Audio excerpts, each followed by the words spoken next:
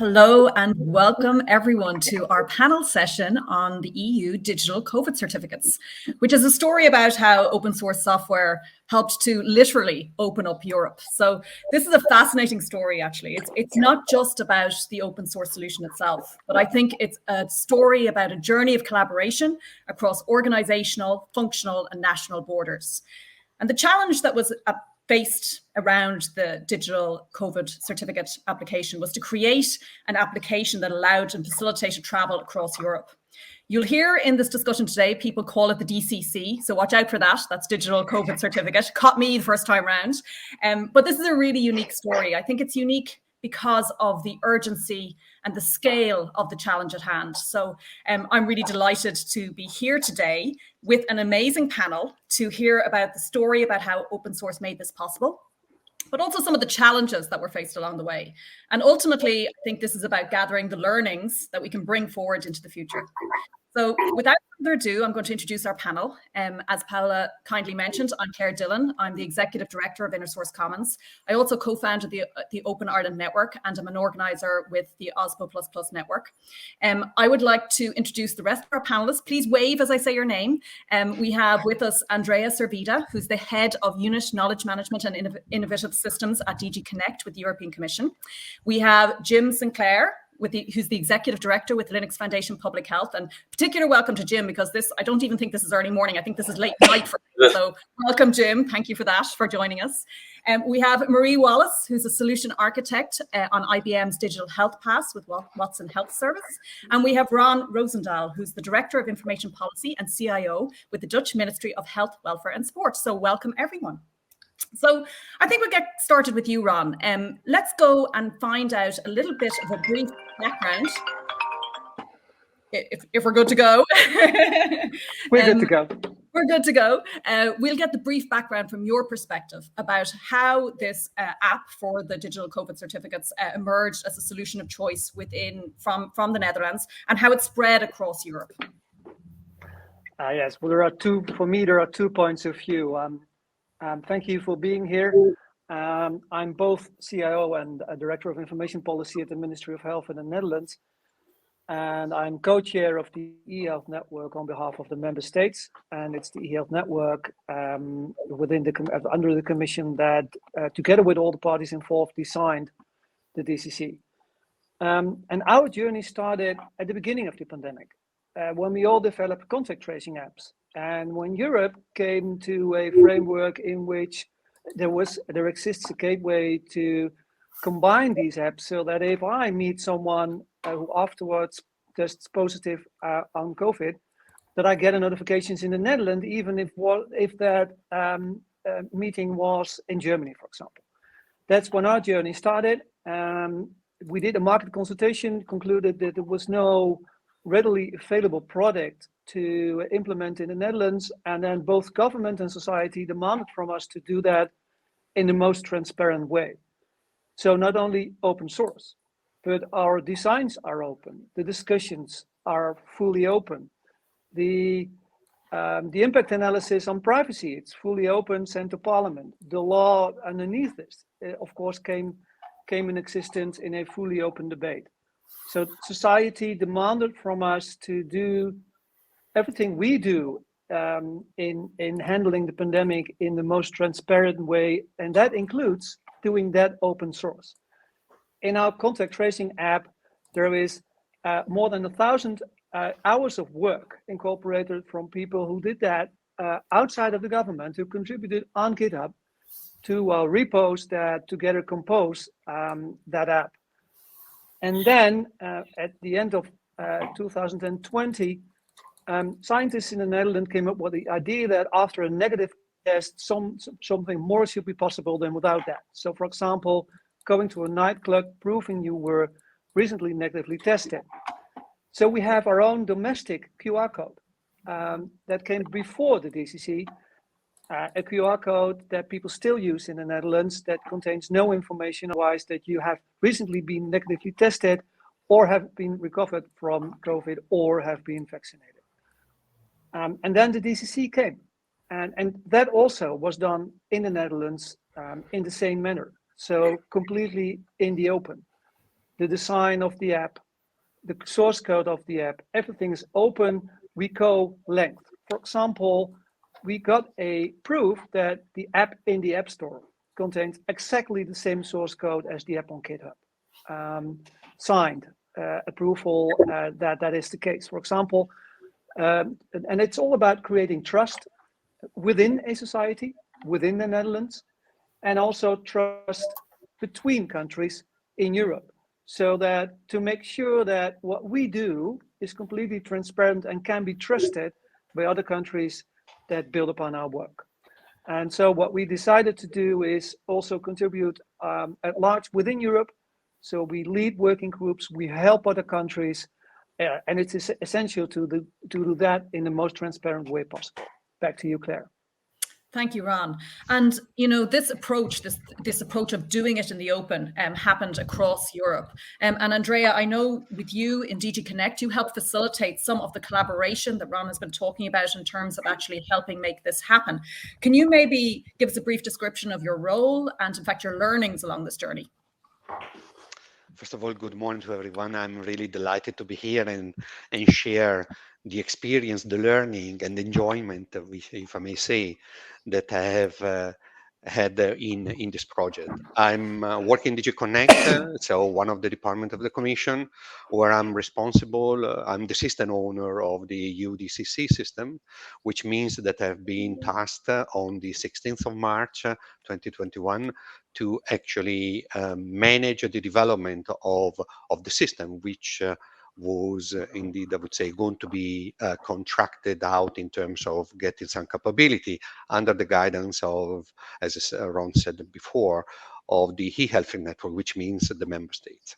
So my role has been really on the technical side. I have been, I would say, participating in some technical discussions, and I have been working as, I would say, technical leaders of the teams which was looking after the development of the system, together with many colleagues inside, other colleagues in DG Connect, in DG Sante, in DG Home, in Digit, and of course, I mean, this is just the European Commission side. I think what Ron said before in relation to what was the ambition, the goal in the Netherlands has just simply been magnified and somehow scaled up at the European level. I mean, the open source was not even, I would say, in discussion. It was a given.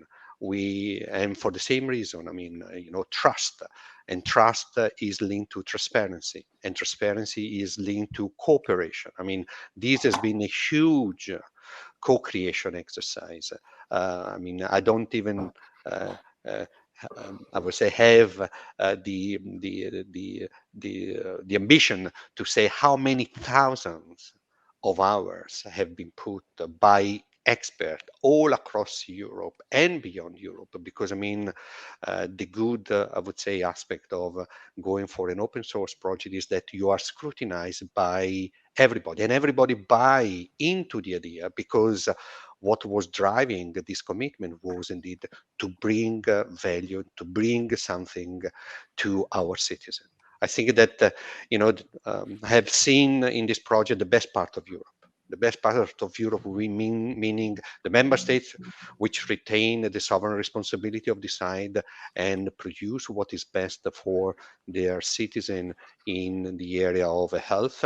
They all work together, and they are expert and their departments have worked together to shape up what is indeed, I would say, the UDCC. And this is not only stopping in the 27 member states. I mean, as of today, we have 60 countries connected to the gateway, which allows, I would say, now to verify something like in excess of 1.2 billion DCC, which are floating all around.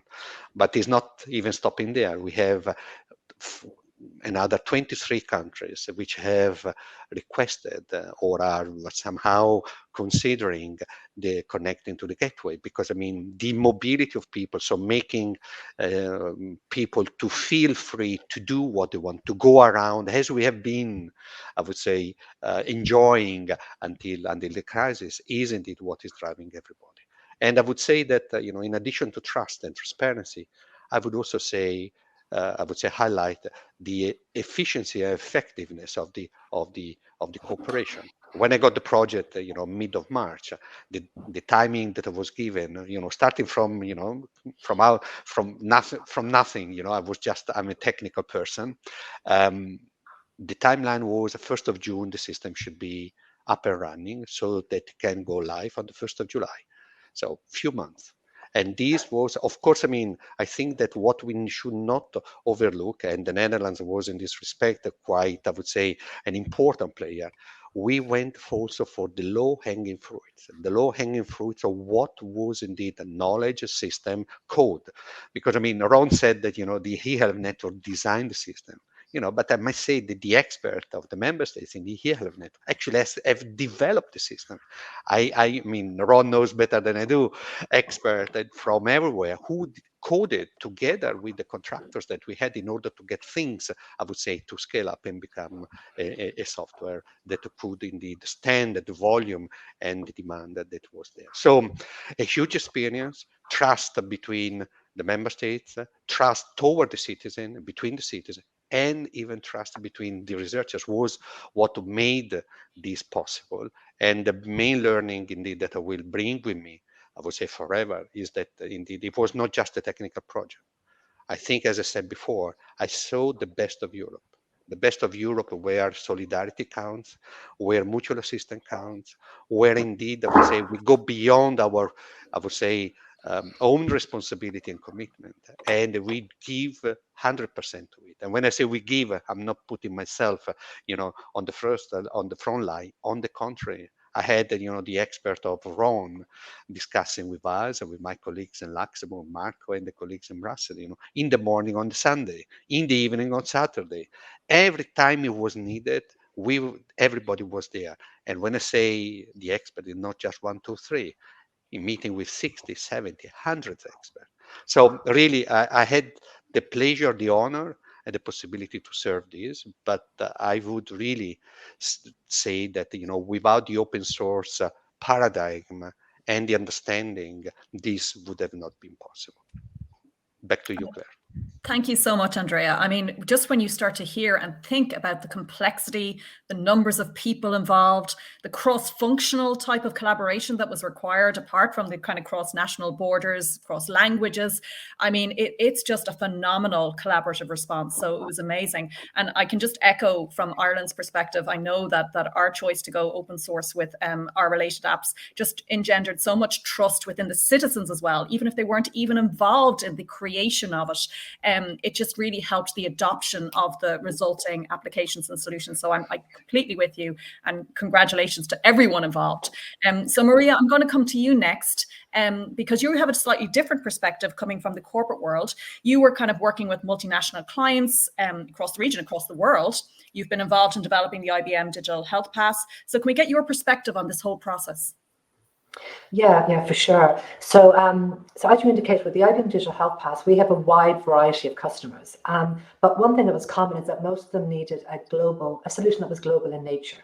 So, and even where our clients are global. So for example, I might be a small restaurant in Dublin, but I want to get everybody back into my business, not just Dublin people, but international travelers. So it wasn't enough, even for our EU customers, it wasn't enough just to be able to verify a digital COVID certificate. I need to be able to also, verify smart health cards or good health passes. And similarly, for our US clients, it was the other way. They're verifying smart health cards, good health passes, but they also obviously need a DCC. So for us, it was critical that we were able to give our clients, and our clients were demanding a solution that allowed this global interoperability. And that's, I think, where the EU DCC really was fundamental in addressing this, because there's just no way. We had, similarly to, as Andrea said, we had like ridiculously short timelines. We had clients saying this, you have to have this done in 3 months. We're like, there's no way you can build this system in 3 months. But like through leveraging, like work done in Smart Health Card Standards, work done with the Good Health Pass Collaborative, work done in the DCC and the open source associated with it, we actually were able to. So if I just look at the DCC initiative, there's kind of 4 fundamental aspects that I think were critical to being able to deliver. The first one, I think, is openness. And this, I think goes without saying. This complete transparency, and this is not just for this project, but I think moving forward, we have to be open across, not just developing the code, but the standards, the regulations, the dialogue with citizens. And then the other three things is the regulation, which really puts guardrails around how DCC is going to work. And EU took the leadership there, because there wasn't any of the other countries that I was working with that had the level of kind of structure around how the DCC project was going to work. There's obviously the data, which is the other part that people often forget, because regulation is no good if it's a 200-page document. What the heck are you going to do with that? So, but what the EU DCC did is it generated the data that codified the regulation. So things like the business rules that are in the EU gateway, the value sets, all that sort of stuff that you actually need to build a system. And then finally, the open source that implemented it. And this, I think, was really, really critical to being able to, for us as a corporate client, to be able to give all of our customers kind of an interoperable solution where we were able to integrate the DCC open source code. We were able to adopt the data standards and to give our clients that kind of solution.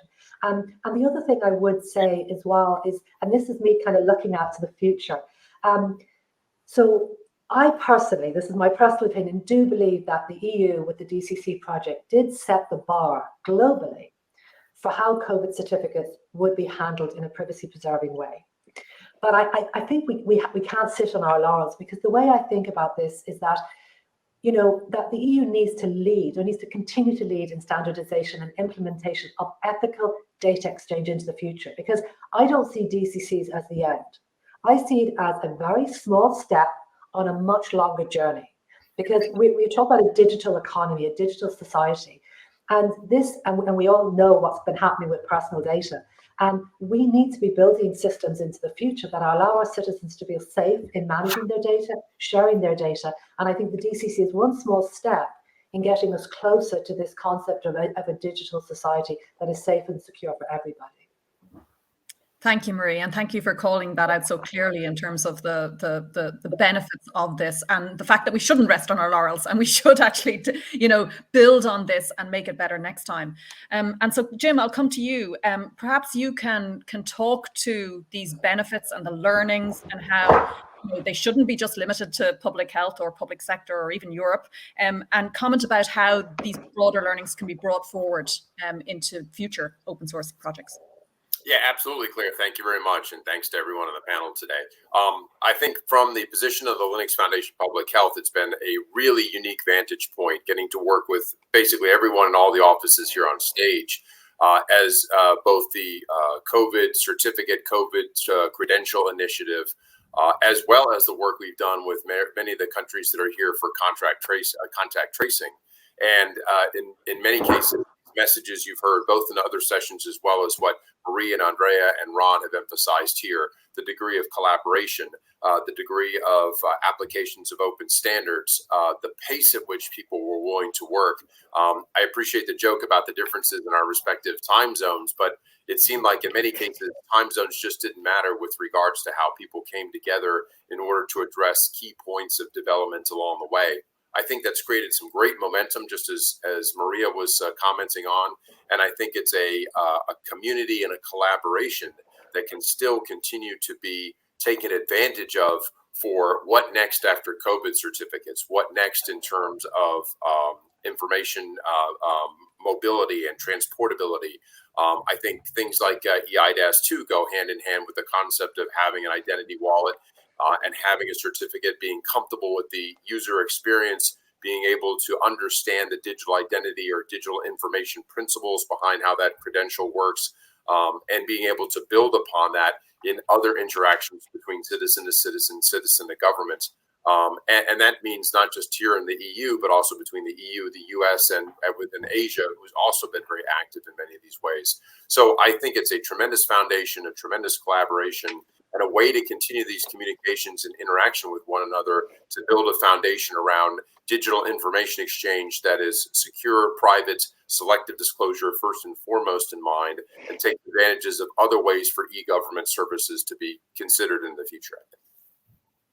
Thank you, Jim, and I also appreciate the call out about how sometimes even the practices of collaboration is something that we have to pull out here, which is a great learning in terms of how we can get asynchronous collaboration happening globally as well, close to my heart.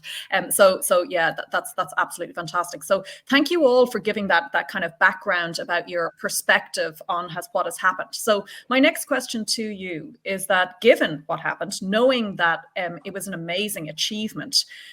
But if you did have to pick out something you would either stop doing or change for the future to make it easier next time round, knowing that we came so far, but I'm going to ask that hard question of what would you change in the future to make it easier or better, or that we can work on now today to make it easier next time round? Ron, I'll come to you first. Yes, and well, it's a moonshot, and probably not too close as I would want, but what we designed is a system in which still much data resides, a lot of medical data. What I would love to see is a fit for travel pass, so that my government states that I'm fit for travel and passing the business rules of the country I enter. In that case, we would not need as much information and data as we do now. Now we have what vaccine I took, what date it was, which doses it was. Was it my first, second, or third dose? And even circumstances in which you conclude that I had COVID. For example, a 1 out of 1 from a 2-dose vaccine would make it clear that I had COVID, that I recovered. We did that in the Netherlands, and this is an endeavor that is hard to do with many more countries. But what I would love to see is, can we make it still even more privacy preserving, in which the only thing the border control knows is that I passed the test, that I'm fit for travel. That is a long shot. It's a moonshot. But the only part of the world that can do that is Europe, because we have the GDPR, we have the things in place you need to do that. And for the next generation of apps and devices that prove things, I would love to see if we can come to that. Thank you, Ron. Well, let's mix it up a bit. So, Jim, I'll come to you next because you're nodding furiously there. So what's your perspective on that moonshot ambition, and or what can we do to facilitate such a moonshot ambition? Absolutely. I was nodding furiously because Ron was really speaking my mind in many ways, and in terms of this next concept around health passes and travel passes and how that relates to what could we do next. And Marie and I were both very active in the Good Health Pass Collaborative, where we were trying to establish some of that. And some of you may also be leveraging the IATA Travel Pass, which was built on the concept of privacy preserving and selective disclosure, and was designed to enable that idea that each organization, each border control point would be presented with something that simply gave you that sort of concept of a green check or a red X. And that we still, regardless of the country and the nationality of the organization, still kind of have that mindset of present me with all of your papers and we'll sort through the information at that point and make a determination that you're okay. But the principles of GDPR give you the right to be able to say, no, I should be able to control that information. And let's come to an agreement, a trust framework that we can both agree to, that allows you to say, if I present you with X, X is good enough for getting into the facility or being able to travel on a plane, and allow me to maintain my privacy and preserve data that I don't have to share with you just because I'm basically checking a bureaucratic box. So I love the way that Ron characterized it as a moonshot, because it's not a technology issue or even an international standards issue. It's a policy and really a socio-cultural issue that organizations trust each other in and allow the individual trust to protect their own information and preserve their privacy. Thank you, Jim. And so with that, I'll come back to you, Marie, because you were talking about these kind of principles that we extracted from our learnings in terms of what was good about that. So then thinking about what both Ron and Jim have been talking about where we'd be going with this, can you talk about maybe how we could move forward to that? Because it's a very complex journey to bring together everyone from that regulatory perspective and to describe and codify all the regulations across the world that would facilitate that, right? Because it's not a very simple journey there. Yeah, and I would actually go. So I'm going to talk about a Mars shot because I'm going even a step further. Mars, all the way. We've already been to the moon. I want to go to Mars. Somewhere new. But all joking aside, as I said, I spent a decade on the ethics of data science, and mainly because I work in AI, and I'm both optimistic about a digital society and also concerned about a digital society. And we've heard this all, data is the fuel that drives the digital economy. And we've seen firsthand how it changes our lives, from how we drive our cars and we organize our lives, how we look after our health, and how we open societies after a global pandemic. However, there's massive risks. I don't need to tell anybody associated with that, and it can be really detrimental if not managed correctly. So I guess the one thing my call out to the EU, and the lesson I've taken from the DCC project is, I guess that, and it's also, to the Linux Foundation, I don't know if you're familiar with the Trust Over IP Foundation, but if you're not, you probably are. If you're not, go look it up, because it's really about, making this, putting the person at the center of data exchange in a really privacy preserving way. And I think the DCC project has demonstrated that you actually can do this in a small scale, in the sense of it's just one type of data, but it has demonstrated it isn't a dream. It can be a reality. So I guess what I would call out to say is that, we as a society, we don't have to be afraid of a digital society if we continue to build in the open. Everything we do around exchange of personal data has to be done in the open. None of this kind of hiding it away in corporate, kind of excuses. We have to do this in the open. Everything doesn't have to be open source, but it has to be open standards, and it has to be open regulation and open data. So I think that's what the DCC project has shown me. I guess what I would say is, let's be more optimistic. Let's really look to see how we're going to create the digital society of the future, and bring together, the government regulation that protects the citizen with the open standards and the data that codify those regulations with the open source that implements it. Thanks, Marie. So maybe coming back from Mars, or now, but we'll go back to Andrea. Andrea, would you like to comment then, based on everything you've heard, again, what were your learnings in terms of what you would stop or change next time round to facilitate the kinds of shots, planetary shots that we're now going towards? Okay, so what I would change certainly is the timeline.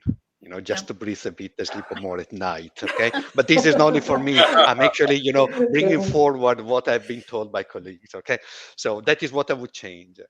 For the rest, of course, I can't but say, okay, that we have even to go beyond the Mars shot is the Venus one, and that actually is what has already been alluded by Jim, because the EDAS 2, I don't know who knows what is the EDAS. I'm the father of the EDAS 1 because I did the regulation and the technical system, but now the EDAS 2 is actually the, I would say, initiative of the Commission to develop a digital identity framework that will make the sharing of proofs, digital attestations of rights and entitlement to be the one that speaks for the person who is providing it. So it goes back to, in the area of health, what is indeed, I would say, the health pass, So I have to prove that I have been vaccinated without disclosing all the data, as Ron said and Jim before. Or I open a bank account and I have the proof that the KYC is done in relation to my identity,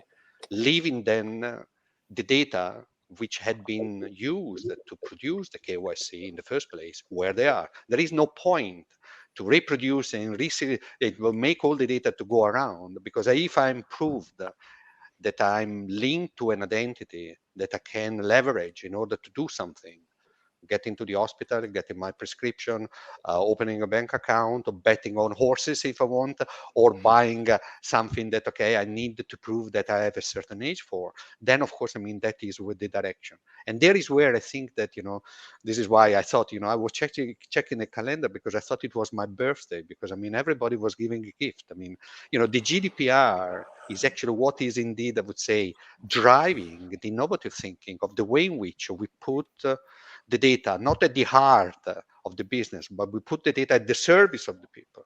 If I need to prove to you that I'm vaccinated, you need a verified, enforceable yes, which is uniquely associated to me, which means uniquely associated to me that you don't need to know what is my identity. You don't even need to know whether, if you were in a digital environment, whether Andrea is actually a male or a female, because it could be both, but it doesn't matter. It doesn't matter. That is the direction of travel. And this is actually where Europe is indeed driving. I mean, I'm glad that Jim from the other side of the water, as we said, is actually referring to the others too. This is a new initiative which is bringing the low-hanging fruits, and the UDCC is one of the low-hanging fruit with all the pros and the cons, because I mean, there are too much data in what we are exchanging. But that was a kind of trust boosting, I would say, mechanism. So a mechanism or a vehicle to boost the trust, to make a citizen to be able to go improve. Of course, I mean, if we had, as it is, for instance, in Europe, the possibility to have an underpinning legal framework which makes an attestation made in country A to be received and to be enforceable in country B, then there is no point, or there is no, I would say, interest to associate to the attestation all the data which are indeed substantiating the attestation. I'm vaccinated. You don't need to know whether I'm 1, 2, 3, because as Ron said before, by just the number, and this was one of the discussion which I think Ron managed, I would say, in the context of the e-health network, you can imply or you can deduce information that are not relevant to the purpose of you going from country A to country B, or going into a bar, or going into a pub. So all this is, Europe is indeed, I would say, has the unique opportunity to set the path and to open the way to make privacy respecting approaches to become the way forward to be and I'm a nuclear engineer by background, so I used to say that we need to get a pollution free type of digital environment. Okay, and when I say pollution, it's not just the chemical one. I mean everything. Okay, so and we need to go down that path, because Europe can do it, because we have the value that we share in a region with 470 million plus citizens, multi-jurisdictional, because we are still 27 member states, with all the diversity, but with unifying values that keep us together. And the GDPR is actually the opportunity and the occasion for us to be thinking in an innovative way. And what is indeed that the Commission put forward as I would say, the revision of the others regulation on electronic identification trust services in June last year, with the wallet, the identity wallet, which will be indeed, I would say, the trust anchor to make it possible for attestation. Yes, I'm vaccinated. Yes, I have a KYC. Yes, I'm an engineer. Yes, I can vote. Yes, I've paid taxes, without disclosing whom I am, unless is needed, is where indeed we are heading to. And this is direction of travel. This is something that certainly will have to be somehow consider in full respect of privacy, the ethical values, because this should not become a way to discriminate people from others or each other. And I think that there is a unique opportunity. But of course, I mean, it will not happen without, I would say, us being also influential at the international level. Because I mean, we can dream about, but then the pervasiveness of technology and solutions which are not privacy friendly is indeed too much. And there is where I think that the AI could also help. We need to couple the values and the technologies, to make us to really build the future digital, which empowers the user, the next generation to be in control, not because they want to be, I would say, those that, have the power. No, in control means that they can decide about their freedom, their values, where they want to do and how they want to do. They should not be the product. And now we are the product of the digital, unfortunately. So we have to become the master of the digital. Over to you, Claire. Thank you, Andrea. And I think, this has been a great discussion about the goals and the future direction of travel for where we can take this. And you kind of mentioned two things there, or at least in my mind, there are two challenges. There is that challenge for this international agreement or around that direction of travel and the principles at play to help us get to a more trustworthy, fair, ethical way of digitizing these things that allows us to consume the services we need at a global level as global citizens. But I'm going to bring you all now back to a very practical question, right? So in every one of the 27 member states globally around the world, everyone's grappling with this same question. And some of the people who are concerned with this may or may not be even aware of the EU DCC app, or they may not even be part of the open source ecosystem. So this is a very practical question now. If there are people on the ground who are now looking to say, well, how am I going to approach this challenge of digital identity? And, it's a conversation that I think is happening globally. What are the steps they take to get connected into this ecosystem and to be part of the discussion? And I'm not talking about pointing them to a GitHub repo, right? How do we bring together the practitioners on the ground who are being handed this challenge as first steps in order to be able to bring them into this conversation around the open design, around the open policies around this? So anyone want to take that one? So, I guess one thing I would say, and I already called out the Trust over IP, but there's a number of different initiatives across the globe which are really focused on this concept of privacy-preserving data exchange, on digital identity, but not the traditional legacy, everything centralized. You've got these big data aggregators, but putting the data out to the edge, putting it in individuals' wallets, leaving it there, allowing proofs to be exchanged without the source data necessarily being exchanged. So what I would suggest is basically, even if you did a Google on decentralized identity as an example, you'll find a number of resources out there that will help you start to understand the principles, because I think there's a couple of things. One, you need to fundamentally understand the principle, and it is orthogonal to the way the world is today. It's completely the opposite. Instead of everything centralized in big corporate repositories, the data resides on the edge of the network with the individuals. So I think that's the first thing I tell people is get familiar with the new concepts. And then the other thing, to Andrea's point earlier, there's a lot of standards that are evolving right now. Trust over IP is involved in some, WCC has involved in some things around verifiable credentials and decentralized identity. And I know there's some other standards out there. So that's kind of the second thing I would say, look at these standards bodies to see what exactly they're doing. That would be my first step to suggest to people. Thanks, Marie. And then, so I'm going to ask then about the connection points between these open standards bodies and the folk that have been involved in the open source implementation of the standards or the codification of that. So anyone on that, even as a next step or other alternative? Claire, I'm happy to offer and tell me if I'm off base, but I think you're talking about the relationship between the development of the open standards and specifications and where the open source implementation supports that. And I think relative to this Moonshot conversation, and as Andrea was bringing out, we're really cutting ground in some of that areas, and I think it's exciting because there are tremendous policy efforts, some of which that Maria alluded to. There are various standards, both in terms of open standards and specifications, work in IEEE, work in ISO, etc. But they all have to tie back to actually showing where has this worked before. So the work in the Netherlands, the work with EIDAS-2, the work with the Pan-Canadian Trust Framework, New Zealand Trust Framework, all of these are really, I think, more the Moonshot groundbreaking efforts that show the relationship between we have standards, we have policies, we're trying to set a cultural tone about privacy preservation, and these are the set of technologies we've chosen up first. We all want a Tesla, but sometimes you have to start with a Model T. And in working through various mechanisms to be able to pull these solutions together, see what works, what doesn't, and then that guides standards and specification developments going from there, but towards a central point of what you want those policy goals to be. Thank you, Jim.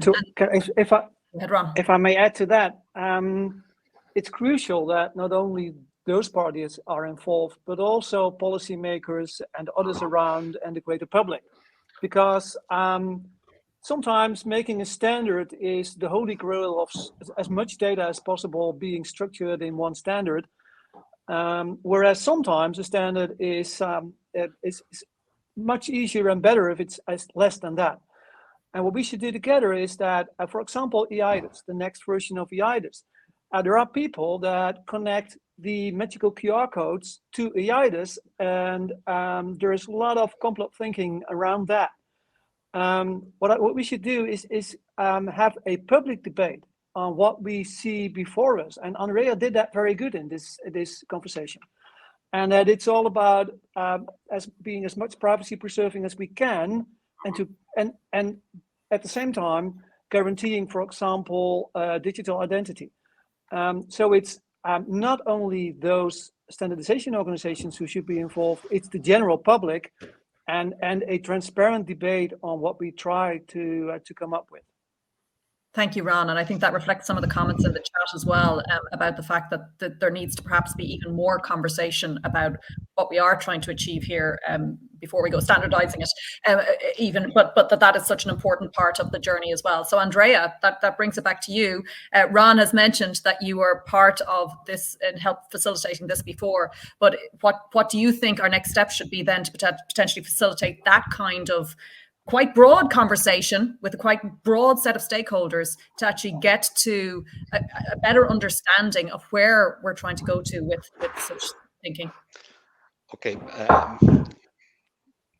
I will answer that, but I will say also something in relation to the previous discussion. So we are human beings, and we learn from what we see around. We conceptualize from what we see around. So the good news is that the UDCC is taken as a kind of, I would say, the model, I would say, of cooperation is taken actually as the model to realize. So the good news is that, I don't know whether it's the good news or the bad news, I'm going to be also in the project. I'm also in the project on the European digital identity and the wallet. Why? Because indeed the use cases, the low-hanging fruit is the UDCC. In the way the UDCC has been done, not really, because I think that the point that were made earlier are extremely important. I mean, you need to focus on what you need to exchange. So the proof, not the content of the proof. And in this respect, I think that we go back to what is that I had experienced in my previous life on cybersecurity, is the educational dimension. And education is not just the kids, I mean, I'm always fascinated with, you talk about the education and the first hour is the kid, but the kids, I mean, they're fast in learning, but they learn from what they see around. Education is also in the policymakers. Education is in those who are drafting the laws. Education in those who are actually even looking at the way in which the business need to be somehow shaped up. I say something that, I should not say, but, I was born in a little village close to Seveso. And in the 72, when it happened, 73, when the Seveso spills happened, I was lucky not to be touched because the wind was blowing in a different direction. Otherwise, I would have been touched. I mean, it's 10 kilometers from where I live. In my career, actually, I discovered that indeed, I would say, in those days, pollution, so dumping the waste to rivers, actually was the practice. I mean, in my areas, you have, very invasive installation by the river. That was in the 50s, the 60s, where, it's the river, so I wash out everything there. We are not there anymore. Why? Because we understood that, okay, this is something that is affecting our society and the future generation and our own health in the first place. So this educational dimension is extremely important at all levels. However, we should also, I would say, try to rethink, to rebalance and focus on what indeed that we want to deliver and why we want to deliver that. And this is where indeed we need to couple different corners. The GDPR is not to be seen as a constraining element, but to me is as an opportunity. And I'm saying this really, sometimes, people look at me, but this is compliance. No, it's not compliance. It's actually helping us to go, to think outside the box and the way in which we want to get the data to, I would say, serve our needs. So in this respect, I think that indeed the putting forward something that works and show the way. I mean, in Europe, we have done the UDCC, but now we have 83 countries interested. There are many initiatives around, but I would like to see the numbers of these other initiatives in terms of how many certificates that they can actually, I would say, verify, or can it actually, I would say, make able parties to exchange. So in this respect, really doing things that works, that show the way, because concretely you can show in which direction we may go to make the difference to people, is indeed important. So good to have a big vision, but then we have to go down back to earth, because if you don't get the spacecraft to take off from Earth, you never get to the moon or to Mars or to Venus. So we have to aim high but start small and make it work. And we should not trade, by all means, the values. I think that what makes Europe different is that we bring the values forward. And this is, I would say, something that I think as a European, I'm grateful to the fathers of the previous generation that I was born here, where the values are respected. So, but this is the direction of travel, I think. Thank you, Andrea. Well, I think we've come to the end of our time slot, but I mean, this is just the start of the conversation, because it's pretty obvious that we can't rest on our laurels, as Marie said, and we still have a job of work to do, both in terms of continuing the discussion and getting that broad set of stakeholders bought in and educated to the values that we've described here, that we want to explore more in the future, and also get going on those small examples of getting it done, so we can actually have something to point to as real examples instead of just being a talking shop. So I want to thank you all for this amazing conversation, for helping tell the story, and for helping give us some next steps as well to move forward on this. So I'd like to say thank you, Ron. Thank you, Andrea. Thank you, Marie. Thank you, Jim. It's just been such a fantastic conversation, and I look forward to having it again in the future. Thanks, Paolo. Thank you, everyone. And thank you, everyone. Thank you all. Bye-bye.